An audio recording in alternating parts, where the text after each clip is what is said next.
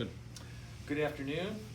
This is going to be an overview of the instructions for assembly of the Richard Jones Jr. horse jockey design by Dan Nelson, the installer. We've got basically 4 packets of information.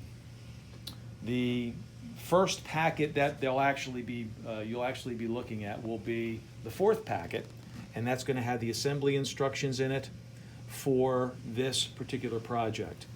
Also attached to this are miscellaneous photos of the layout, the full layout, and the layout broken into 4 sections. But these are additional photos in case you need them for reference points. These 3 packets of information are the key 3 packets. The first packet, which will be referred to in these instructions, contains a photo of each section that has been packaged on each layer of the 2 pallets for this project. Pallet A, layer 1, is the first section that's going to be installed. You can see this as it's laid out here. Pallet A, layer 2, that's how it's laid out on the pallet. That's what it looks like after it's been installed with layer A1. It proceeds in this fashion in succession for each of the layers in pallet A, of which there are 7 layers, and each of the layers in pallet B, of which there are 7 layers. Pallet B, layer 1, pallet B, layer 2, pallet B, layer 3, so on and so forth, until you get to the last layer on pallet B, which is layer 7, and your job's completed. We've got a couple of other reference packets here, which may be helpful if you need them. The second packet actually labels the horses by number, and it shows, as it's been installed, what the sections are broken out as. The lines, you've got the breakout lines for each of these sections, and they're labeled just as they're labeled here. That's pallet A, layer 1, pallet A, layer 2, A3, A4, so on and so forth. This is horse number 4.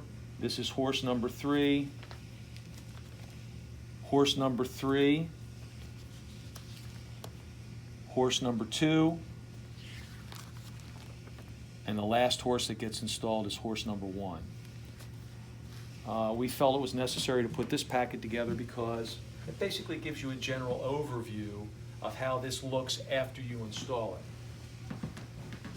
The third packet of information is a backup. You may not need this packet at all, but third packet shows the assembly of each of the horses. Horse number 4, as is pictured here. Horse number 3, which is pictured here, and so on and so forth as you get down to horse number 2 and horse number 1.